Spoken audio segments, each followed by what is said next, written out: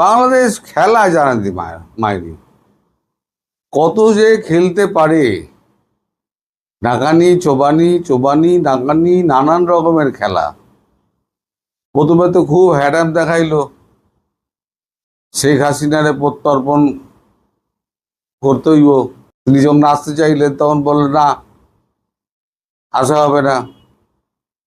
এখন তারপর ধুয়ো তুললেন কি 5 তারিখে উনি ফ্যাসিস্ট ফ্যাসিস্ট খুনি ফুনি এই সমস্ত বলেছেন। ভারতবর্ষ তাকে সমস্ত রকম সুযোগ সুবিধা দিচ্ছে, সুতরাং আমরা এর প্রতিবাদ জানাতে আমরা এই এতে যাব না। এই নিয়ে অন্তত 400টার ওপরে তো খবরের কাগজে বেরিয়েছে, মিডিয়ায় প্রকাশিত হয়েছে। এছাড়া চ্যানেলগুলো আছে, অনলাইনগুলো আছে, সব ধরলে প্রচুর অগুন্তি। কোথাও কিন্তু এরা দেখাতে পারবে না যে শেখ হাসিনা কাউকে খুনি বলেছেন, কাউকে বলেছেন হত্যাকারী, চক্রান্তকারী। কোথাও বলেননি। আমিও তো পুরোটা শুনেছি, কোথাও বলেননি। তো এইসব নিয়ে যখন হচ্ছে তখন এবারেতে মুখ খুলেছেন আমাদের প্রাক্তন কেন্দ্রীয় রেলমন্ত্রী এবং বর্তমান আপনাদের বাংলাদেশের রাষ্ট্রদূত দীনেশ ত্রিবেদী। তিনি একের পর এক বাউন্সার যা চালিয়ে গেছেন, একের পর এক। তিনি যে বাউন্সারগুলো চালিয়েছেন, তারপর কাঠের পুতুলের মতো খলিলুর রহমান এবং তার পারিষদবর্গ আর স্বয়ং প্রধানমন্ত্রী তারেক রহমানকে কাঠের পুতুলের মতো বসে থাকা ছাড়া কোনো উপায় ছিল না। তিনি একটার পর একটা বাউন্সার মেরেছেন।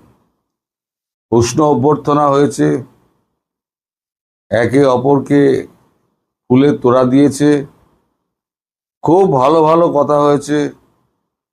প্রথম 15 মিনিট প্রায় গলায় গলায় লাগালাগি অবস্থা আর কি। তাল কাটলো যখন শেখ হাসিনা প্রসঙ্গ উঠলো।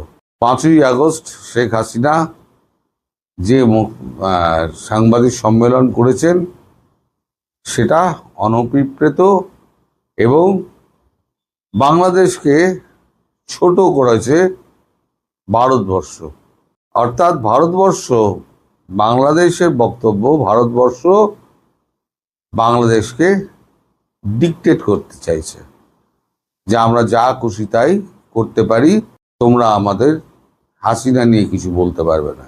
তখন দীনেশ ত্রিবেদী বলেন যে হাসিনা প্রসঙ্গ যখন উঠলো তাহলে আমি 2-4টে ঘটনা আপনাদের বলি।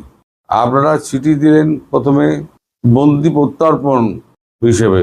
ইন্টারন্যাশনাল ক্রাইম ট্রাইব্যুনালে আপনাদের মামলা হয়েছে, সেখানে তার ফাঁসির দণ্ড হয়েছে। সেই দণ্ডপ্রাপ্ত আসামিকে ফেরত দিতে হবে।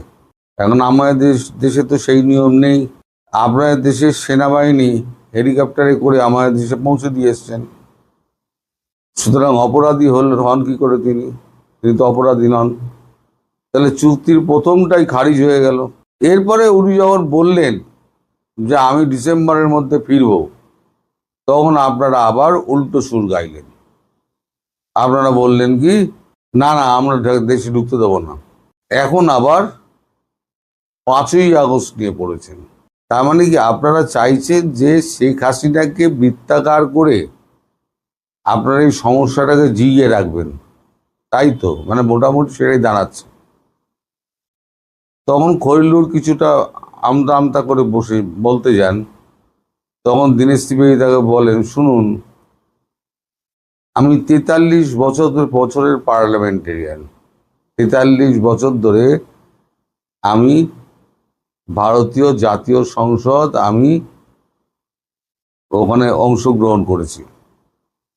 আমি 2বারের রেলমন্ত্রী, সারা ভারতবর্ষের 2বারের রেলমন্ত্রী। আমি রাজ্যসভার ডেপুটি স্পিকার ছিলাম। আপনি আমাকে আর কি শেখাবেন?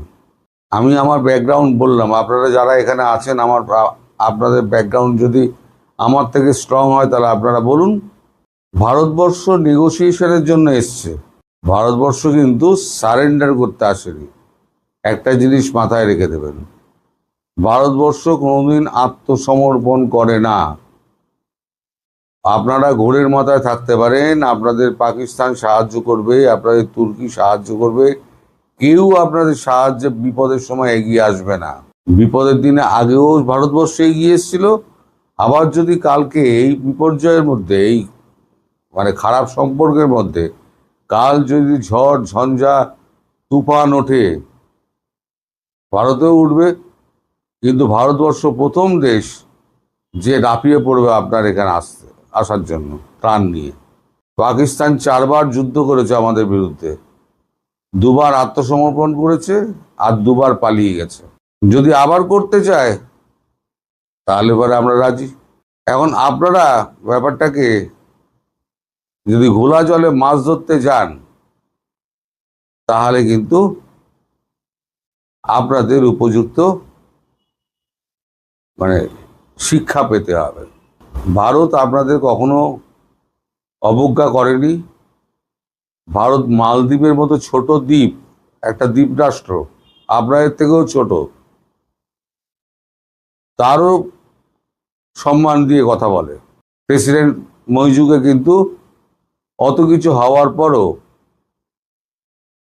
দ্বিতীয়বারের শপথ গ্রহণ অনুষ্ঠানে কিন্তু মইজুকে কিন্তু আমরা আমন্ত্রণ জানিয়েছিলাম।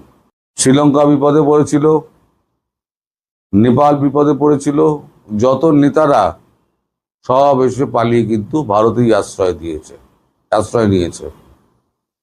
একতরফা বলে গেছেন দীনেশ ত্রিবেদী, কাঠের পুতুলের মতো বসছিলেন তারেক রহমান। হ্যাঁ, শেষে অবশ্য একটা কথা বলেছেন, আপনাদের দেশে হাদির হত্যাকাণ্ডের যারা আসামি যারা রয়েছে তাদের প্রত্যর্পণের ব্যাপারে আপনারা যে কাগজপত্র চেয়েছিলেন সেই কাগজপত্রগুলো রেডি হয়ে গেছে, আমি আপনাদের দিতে চাই। খলিলুর দিয়েছে। মজাটা হলো, যেখানে এক প্রধানমন্ত্রীর ফেরা নিয়ে আর এক প্রধানমন্ত্রীর সঙ্গে আলোচনা করছে একটা দেশের মানে শীর্ষস্তরের পার্লামেন্টেরিয়ান, সেখানে হাদির প্রসঙ্গ নিয়ে আসছেন। আপনি অবস্থাটা ভাবুন, মানে বাংলাদেশের অবস্থা ভাবুন। আপনি কোথায় প্রধানমন্ত্রী আলোচনা করছে, সেখানে চলে এলো হাদি। আমি দিন 10 আগে একটা ভিডিও করেছিলাম আপনাদের জন্য, সেখানে আমি বলেছিলাম যে পরাগজয়ী সহ 4-6 জন অফিসার তারা বাংলাদেশ ভিজিট করবেন। গতকাল তারা বাংলাদেশ পৌঁছে গেছেন। আমি 7 দিন আগে বলে দিয়েছিলাম, ঘুরিয়ে দেখুন পিছন দিকে, 7 দিন আগে রয় ডিরেক্টর যাচ্ছেন বাংলাদেশ। তো যাই হোক, এখন তার যে যাওয়া, এটা আপনারা মনে করতে পারেন না দারুণ ব্যাপার, রয় ডিরেক্টর এসছে, এটা কিন্তু খুব অ্যালার্মিং। আমি বলে দিচ্ছি এটা খুব অ্যালার্মিং। কারণ এই যে আমরা সিঁদুর করলাম না, সিঁদুরের সময় কিন্তু পুরো সিঁদুরের ছকটা ছকেছিলেন কিন্তু এই পরাগ জৈন।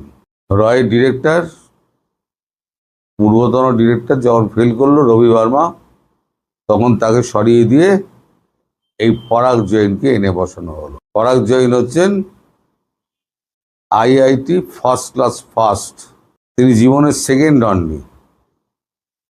তারপর তো উনি ইন্ডিয়ান ফরেন সার্ভিস দেন, তারপর ইন্ডিয়ান রেভিনিউ সার্ভিস দেন, তারপর ইন্ডিয়ান অ্যাডমিনিস্ট্রেটিভ সার্ভিস দেন। একটা মানুষের 3টে সার্ভিস আছে।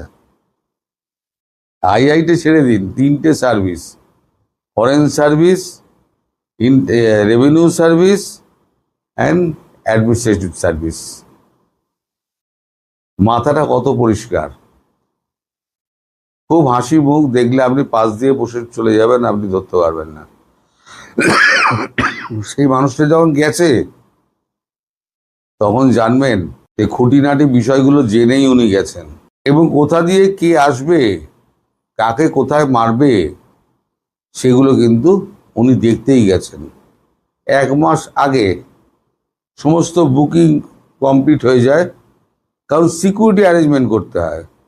এই যে এত দেশের সমস্ত রাষ্ট্রনেতা আসবে, তাই তো থাকার জায়গা, তাদের সিকিউরিটি অ্যারেঞ্জমেন্ট সমস্ত কিছু করতে হয়। তো তার ইন ওয়ে, তার আউট ওয়ে, তার রেস্কিউ ওয়ে, কোথায় সেফ হাউস আছে, সেইগুলো সমস্ত দেখে রাখতে হয়। এইগুলো করতে করতে ইন্টেলিজেন্সের মোটামুটি 1 মাস মিনিমাম সময় লেগে যায়। তাই 12 তারিখ 13 তারিখ হচ্ছে লাস্ট। তারপরে যদি তারেক রহমান বলেন তাহলে 9টার কোনো হোটেলে গিয়ে থাকতে হবে, উইদাউট সিকিউর, হয়তো সামান্য সিকিউরিটি পাবেন। এখন শেষ পর্যন্ত দেখুন, আমি বললাম না যে গেলে ভালো, না গেলে আরো ভালো।